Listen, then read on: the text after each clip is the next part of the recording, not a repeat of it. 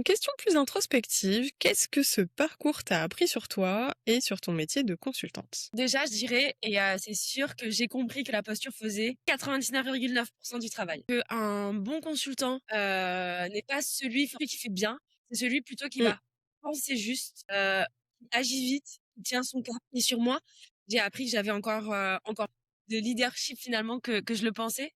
Fallait juste que j'ose, l'assumer c'est ce qu'on se dit depuis tout à l'heure, c'est qu'aujourd'hui j'ai plein d'idées.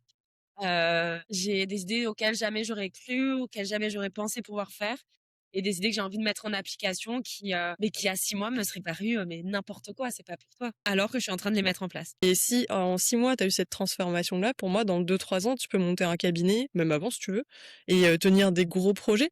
Parce que enfin, tu as une telle force dans le fond qui est en train de se révéler par la structure, par la confiance, que les profils comme les tiens, et je te le dis pas parce que je t'apprécie, au-delà, entre guillemets, de la collaboration, mais tu peux faire de très grandes choses.